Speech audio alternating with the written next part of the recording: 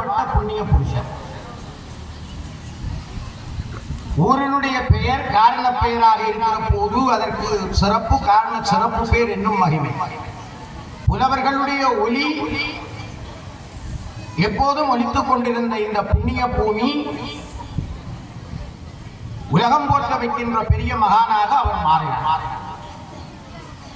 அவருடைய இந்த எல்லா துறையிலும் மிக முக்கியமானது அவர் இந்த முருக வழிபாட்டை மகிமைப்படுத்தினார். எப்படி என்று நீங்கள் கேட்கலாம்.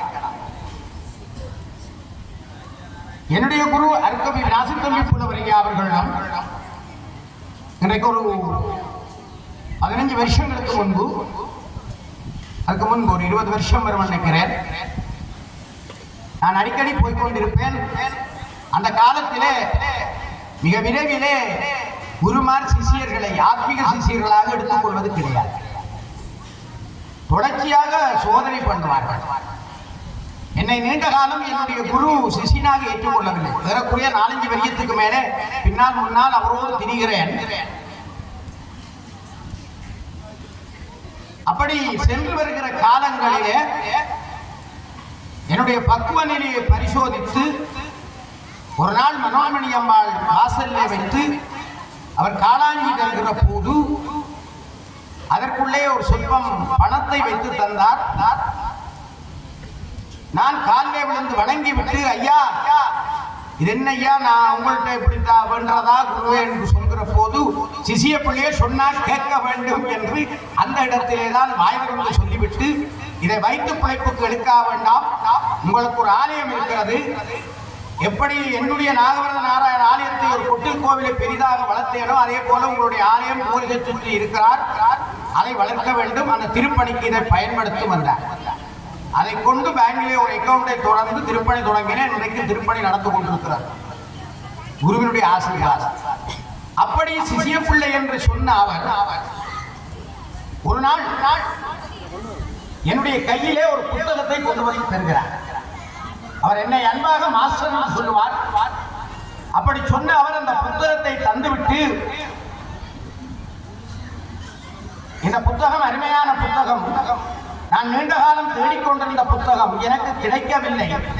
என்னுடைய அன்பர் ஒருவர் தமிழகத்திலே இந்தியாவிலே இருந்து கொண்டு வந்து இதை தந்திருக்கிறார் என்று தந்தார். அது தொடப்பட ஒற்றையெல்லாம் வெடிக்கும், ராவணன் மீது ஓட்டையும் சென்று போட்டிருக்கிறது. பார்த்தபோது அது சுப்பிரமணிய பராக்கிரமம் என்று இருந்தது. அந்த நூலை என்னுடைய குரு அருக்கவி ராஜதம்பி புலவர் தந்துட்டு சொன்னார். மாஸ்டர் செல்லமா அழைப்பார். மாஸ்டர் கம்பன்களை ஏராச்சோ ஆர்வருமகனாரோ அல்லது வேறு யாரோ ஈழத்தினுடைய சொற்பொழிவாளர் யாரும் இந்த புத்தகத்தை தொட்டு பார்க்கவில்லை, இந்த புத்தகத்தில் இருக்கிற விஷயத்தை பிரபலியப்படுத்தவில்லை, யாருமே இதை முதன்மைப்படுத்தாமல் இருக்கிறார்கள். இந்த மகிமை ஒருவருக்கும் விளங்கவில்லை.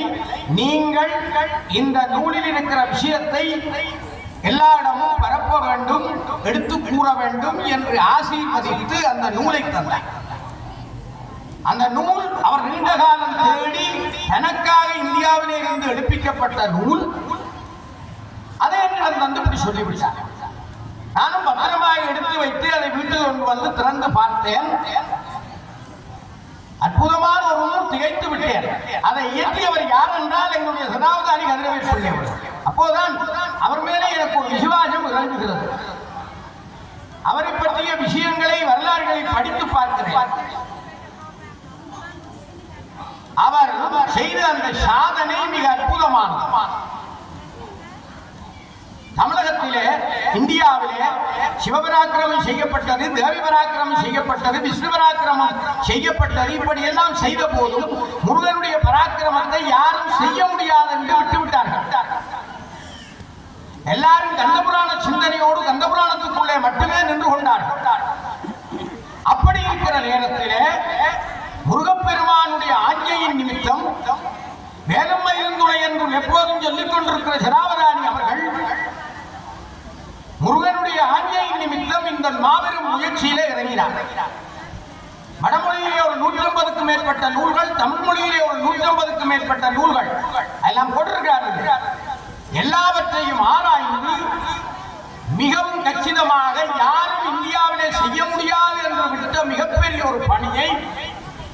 சதாவதானி அவர்கள் நிறைவேற்றினார். அதுதான் சுப்பிரமணிய பராக்கிரமம். அதிலே முருகன் பெருமானுடைய 88 மூர்த்தங்களை மிகப்பெரிய ஆய்வு இப்ப இருக்கிறாண்டா அதுக்கு டபுள் பிஎஸ்சி மேல கொடுக்கலாம். மிகப்பெரிய ஒரு ஆய்வை அவர் செய்தார். ஆதாரங்களோடு செய்தார். தலபுராணங்கள் திருத்தணிய புராணமோ அல்லது திருச்செந்து புராணம் தலபுராணங்கள் எல்லாம் ஆராய்ந்தால் எங்கள் தமிழ் புராணங்கள் வடமொழி நூல்கள் எல்லாத்தையும் சிற்பசாஸ்திரங்கள் எல்லாத்தையும் ஆய்வு செய்து ஆதாரங்களை எடுத்து யாரும் நினைத்து பார்க்க முடியாத மிகப்பெரிய ஒரு சாதனையாக முருக வழிபாட்டை உலகமெங்கும் நிலைநிறுத்த வேண்டும் என்பதற்காக அந்த சுப்பிரமணிய பராக்கிரமத்தை செய்தார். அதை படிக்கும் தோறும் சைவ சித்தாந்த மனம் கமழுகிறது. அதில் மிக முதலாவதாக ஓம் சக்திமான் மூர்த்தியே என்று தொடங்குகிறது. முதலாவது மூர்த்தம். 88வது மூர்த்தம் ஓம் வள்ளி பரியந்த மூர்த்தம் என்று முடிகிறது. இந்த மூர்த்தம் என்பதை பற்றி நாங்கள் சிந்திக்க வேண்டும். இன்றைக்குள்ள பெரிய பிரச்சனை அதான். கோவிலிலே அர்ச்சகர் வடமொழியிலே சுவாமியினுடைய ஒவ்வொரு மூர்த்தங்களையும் சொல்லி அர்ச்சனை செய்கிறார். ஓம் கந்தாய நமோ, கடம்பாய நமக, ஓம் கார்த்திகாய நமக, ஓம் மயூரேசாராய நமக என்றெல்லாம் நாமத்தை சொல்லிக் கொண்டு வரார். எங்கடைய ஆக்கிறாங்க போன் பார்க்கிறது கதைக்கிறது. ஒருவரும் அதில் சிரத்தி எடுக்கிறது. என்ன காரணம் என்றால் அந்த மூர்த்தங்களுடைய சிறப்புகளும் தனித்துவங்களும் யாருக்கும் தெரியாது. நாங்கள் ஒருவருடைய பேரை இப்ப நல்லா சொல்லி ஒருவரை புகழுகிற போது அவருக்கு ரொம்ப விரும்புகிறது. அதே போல சுவாமியுடைய நாமங்களை சொல்லுகிற போது அந்த மூர்த்தங்களை சொல்லுகிற போது சுவாமி ரொம்ப விரும்புகிறது. அந்த மூர்த்தத்துக்கு ஏற்ற அருளை கொடுக்கிறது. மூர்த்தம் என்பது வேறுபடும். கூறினான், பேரினான், குணம் குறியினான், தரம் போக்கினான், தனக்கு நேரினான். அப்படிப்பட்ட சுவாமி உயிர்கடவுளா என்னுள்ளே நின்றான் என்று கட்சியை போய் சொன்னது போல ஊர் பேர் இல்லாதவர் 1000 நாமங்களுக்கு உட்பட்டு எங்களுக்காக கீழிறங்கி சுவாமி வந்து எடுக்கிற போது மூர்த்தங்கள் வேற. ஒரே அப்பா வீட்டிலே வேலை செய்கிற போது ஒரு மூர்த்தம், தோட்டத்திலே ஜாரத்தோடு மடிச்சு கட்டி கொண்டிருக்கிற ஒரு மூர்த்தம், தண்ணீர் வைக்கிற போது ஒரு மூர்த்தம், மோட்டார் சைக்கிளே ஓடுற போது ஒரு மூர்த்தம், பாடசாலையிலே அவர் கற்பிக்கிற போது ஒரு மூர்த்தம், சமூக சேவை செய்கிற போது ஒரு மூர்த்தம். நேரத்துக்கு ஏற்றபடி மூர்த்தம் மாறுபடும்.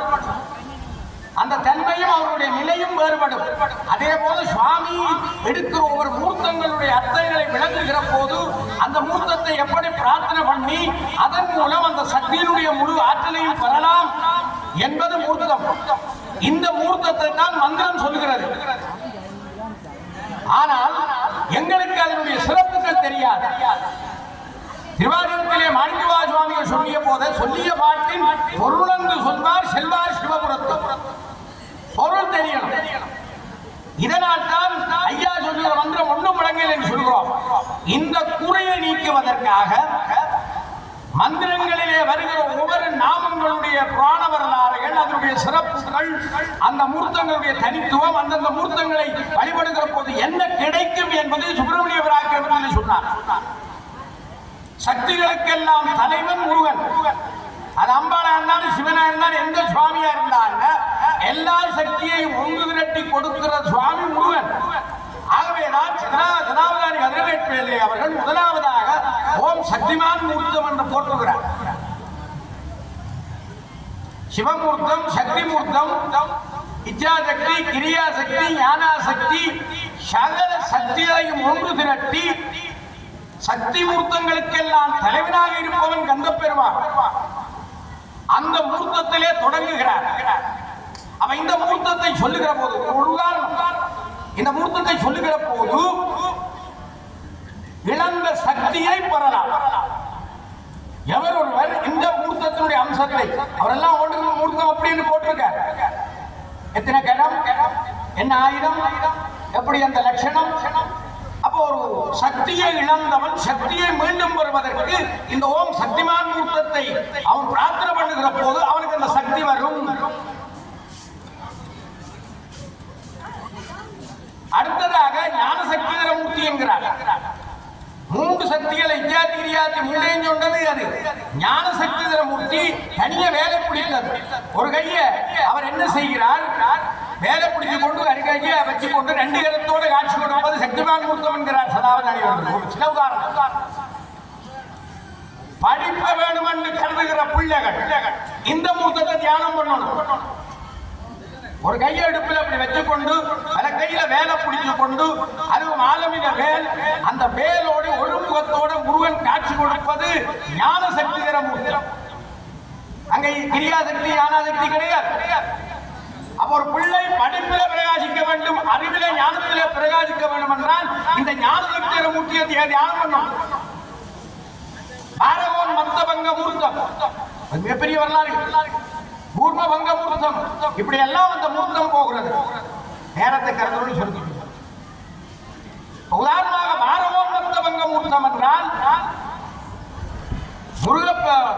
மகாவிஷ்ணுமூர்த்தி வராக அவதாரம் எடுத்து, பெரிய கதை உங்களுக்கு தெரியும், அட்டகாசம் விட்டு உலகத்தை அழிக்கிற அளவுக்கு கடலுக்குள்ள எல்லாம் பெரிய அட்டகாசம் விட்டு எல்லாம் செய்து கொண்டிருக்கிற போது அந்த வராகமூர்த்தியை அடக்குவதற்கு சிவபெருமான் முருகனை அனுப்புகிறார். முருகன் வராகத்தின் கொம்பையெல்லாம் முறிச்சு அடக்கி கொண்டு வருகிறார். அதுதான் சிவபெருமான் மாறி அணிஞ்சிருக்கிறார். மிகப்பெரிய விஷயத்தை சதாவதானி ஆராய்ச்சி நிறுவிட்டார். கூர்மபங்கம் ஆமி அடக்கிறார். அடக்கினா விஷ்ணு கூர்மமூர்த்தியா இருந்து கூர்ம பிராணத்தை பாடுறார். இப்படி பல மூர்த்தம். ஆகவே சதாவதானிக்குள்ளே முருக வழிபாட்டை மிக செய்தார். என் குருவினுடைய ஆணைப்படி மட்டுவில் வேலக்கடி கந்தசுவாமியார் ஆலயத்திலே 3 வருஷம் தொடர்ச்சியாக இந்த 88 மூர்த்தங்களையும் பேசினேன். குரு எதையும் சிந்திக்காமல் செய்ய மாட்டார், கூட நானே சிந்திக்க இல்லை. இப்போது பொன்னாலையில் இருக்கிற என்னுடைய சோமாஸ்கந்த குருக்கள், அவர் எனக்கு ஒரு வளர்த்து விட்ட குரு சிவஸ்ரீ சோமாஸ்கந்த குருக்கள் தன்னுடைய காசிலே தங்கப்பதக்கம் அடித்து சிவனடி செல்வர் என்று பட்டம் போட்டு நிர்வாகசபையில தண்டு காஜில கொண்டு வந்து கௌரவித்தார். அப்பா இவ்வளவு காலம் நான் இதை அறிய இல்லை, நீ இதை எடுத்து சொல்லி இருக்கிற கேட்க அற்புதமாக்கிற.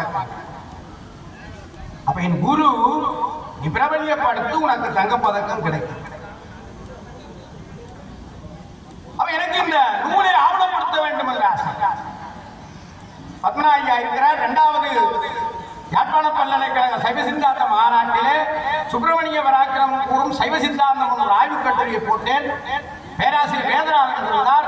அப்போது ஒரு கோரிக்கையை விட்டேன், இந்த பழம்பெரு நூலை பாதுகாக்க வேண்டும், தொடப்பட ஒற்றை வெடிக்கிறது என்று விட்டேன். நிச்சயம் செய்வோம் என்று யாழ்ப்பாண பல்கலைக்கழகம் இந்துராஜார திணைக்களத்துக்கு பரிந்துரை செய்து எங்களுடைய இப்போ இருக்கிற கலாநிதி செல்வ மனோகரன் அவர்கள் பிரதம பதிப்பாசிரியா போட்டு எந்த அச்சு மாற்றம் செய்யாமல் அப்படியே ஸ்கேன் பண்ணி, எப்படி ஜனாவதானி அவர்கள் அடிச்சாரோ அதே அப்படி ஸ்கேன் பண்ணி அந்த புத்தகம் வெளிவந்திருக்கு. எனக்கு ரொம்ப சந்தோஷம்.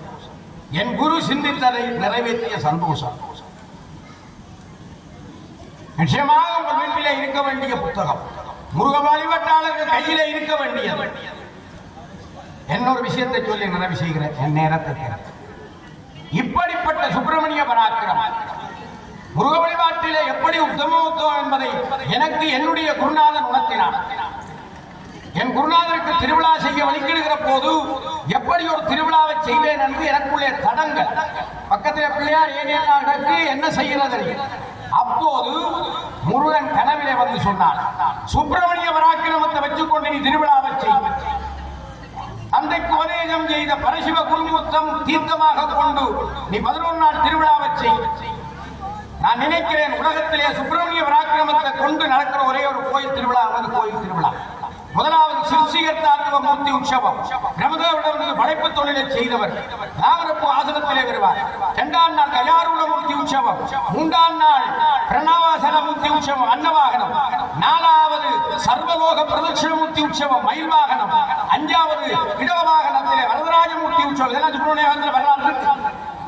6வது காராம்பசுவில இந்திராபோக அனுக்கிரக மூர்த்தம், இந்திரங்களுக்கு தலைவராக இருந்து இந்திராபோக அனுக்கிரக மூர்த்தம். 7ஆம் திருவிழா அருணாரூட மூர்த்தம் ஆட்டுக்கிடா வாகனம். 8ஆம் திருவிழா சூர தேவஜனாதிபதி மூர்த்தம் குதிரையிலே. 9வது சப்பரம் பத்ரசத்திரி மூர்த்தம். பத்ரேத்திர மூர்த்தி தான் என்னோட செல்வச்சன்னதி வெத்திலே ஒட்டி விடுற பெரிய கதை கிடக்கு. 11வது சூரசம்காரமூர்த்தி, அந்த 10வது சூரசம் 9 சப்பரம் பத்திரேந்திரமூர்த்தி, அடுத்த சூரசம்காரமூர்த்தி உற்சவம் 11 தந்தைக்கு உபதேசம் செய்த பரசிவ குருமூர்த்தி உற்சவம் மாசி மகநாள். அப்படி திருவிழாவை அமைத்தோம். இப்படி முருக வழிபாட்டிற்கான பெரும் பொக்கிஷத்தை கொடுக்கிற ஒன்று சுப்பிரமணியம் பராக்கிரமம் சதாவதானி அவர்களுடையது. அவருடைய இந்த இடத்திலே அவர் நினைவோடு இதை கூறுவதற்கு வாய்ப்பளித்த இன்றைய விழா நிர்வாகத்தினர்கள் எல்லோருக்கும் நான் நன்றி தெரிவித்து வாய்ப்பு விடைபெறுகிறேன். நன்றி, வணக்கம்.